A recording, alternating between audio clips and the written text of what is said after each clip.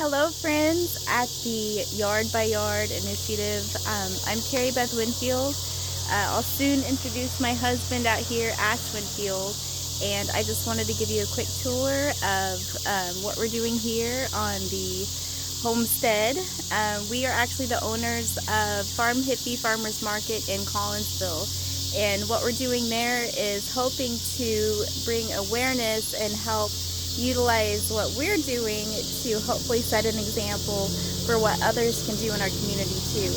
So we've actually been here on our homestead for about 4 years now, and it's just grown bit by bit, and I can't wait to show you. So I'll flip this around and kind of introduce you to what's going on here.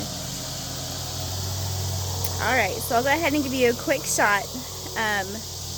So we have 4.5 acres here, and we hope that we hit most of the check boxes on what your checklist is. And so I'll start here.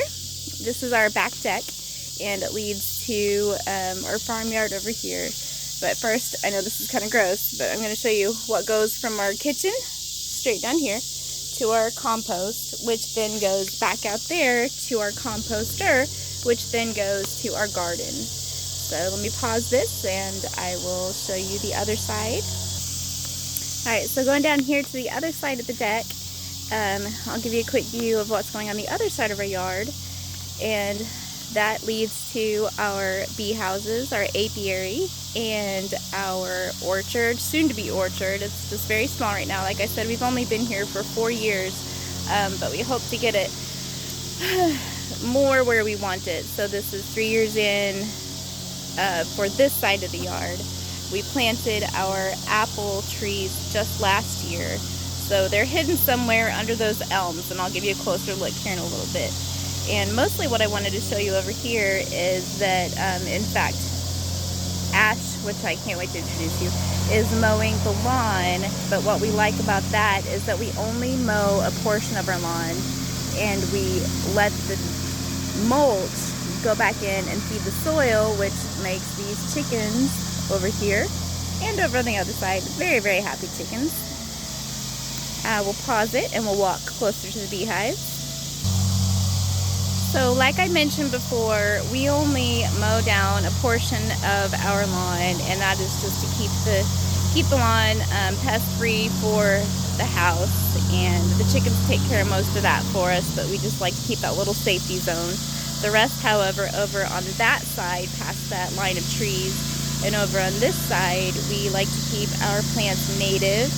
And there's Ash again. So we like to make sure that we keep this prairie lawn alive and well. So we don't mess with this area much, but I will tell you that we have a lot of blackberries, native black, or what's the word I'm looking for?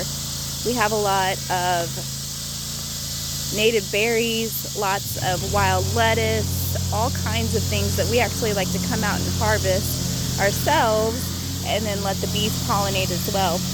And so he's over there mowing by the beehives, so I'm going to give them a little break. They might be a little agitated, but I'll walk back up now.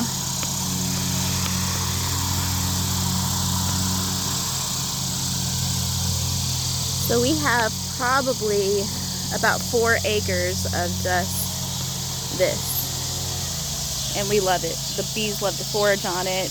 We see lots of pollinators around. We see lots of native critters like raccoons, possums, all those. We welcome those over on this side. We get a little more protective over here once we get toward the farm side of things with our livestock, but we'll talk about that here in just a minute. So let's see. Oh, there's one of our dogs. So right now we have 3 hives, but we hope to expand as we can. Poor dog just got stung. They really are agitated from the mower, so I'm going to walk away. Okay, and we are good to go. Got some cranky bees, but they will calm down when the mowing is done. So I just wanted to note that he does make sure to mow in some walking trails for us, so we can come back through and harvest all those natural native berries like we talked about, and we just leave all of this alone, really. We get a lot of strawberries down here that just grow on their own, volunteer, and we leave this be. And we don't use any pesticides. We let things just do what they do. And so sometimes nature happens, and there's our burn pile that we'll need to take care of. We have a lot of trees, and trees do what trees do. So that's that, and we'll take care of that soon. And we'll walk to the other side of the property. So there's the front of the house, and I'll kind of show you what we're doing with our flower gardens. So the flower gardens, it's another one of my projects that I hope to work on soon. We're really working on developing a good system for our drought-resistant flowers and vegetation over here. So right now, whenever we moved in, it was just the boxwoods, so we're still working with those.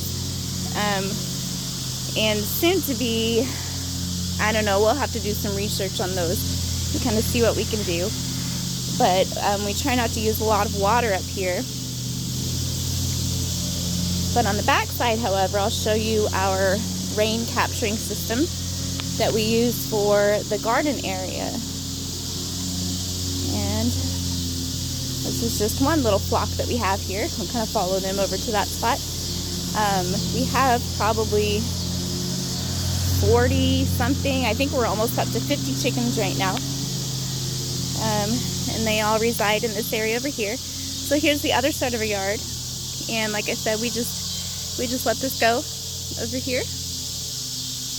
And I think we're past the season, but we see a lot of yarrow and sunchokes and a lot of flowers that really bring the pollination back toward our farming area, which is great. And it really does help a lot of the pollinators. We see a lot of deer who home back here, and we just let them do their thing, and we love to see them happy and thriving over here. So that's really exciting to us. So over here we have our little farmyard, is what we like to call it. And like I said, we have about 40 chickens, and they all are free range over here. And a couple of ducks who really help fertilize the land, and we kind of recoup some of their waste to put back into the garden area, which is right over there through that gate. And in addition to our very happy chickens, we have our lovely goats who we let, if we ever need to clear out any land or clear out for any new fencing, we kind of let them just have at it. And we have just a few goats, and they keep this area clear for us too, so that our critters are all a little more protected. And our geese, which also act as our guardians for the farmyard. And all of those flowers back there, let's see if I can zoom in a little bit. I don't know if you can see it. Those are zinnias, and we have some corn. All of our extra pollinating flowers back there. We also have a few tomato plants, and our herbs are back here in that area. This year kind of got away from us, so it's unfortunately a little overgrown. We tend to do things naturally, and sometimes it creates a lot of hard work on our part, and sometimes time gets in the way, but soon we hope to get a better handle on that as years come. And we'll learn the methods that best help us. And right now I have a goat eating my pants, so there's Elliot. So we will take a trip back around the other side of the farmyard, and there is Dewey the pig, who also helps protect the goats inside. He's just a pet. He will never be our food.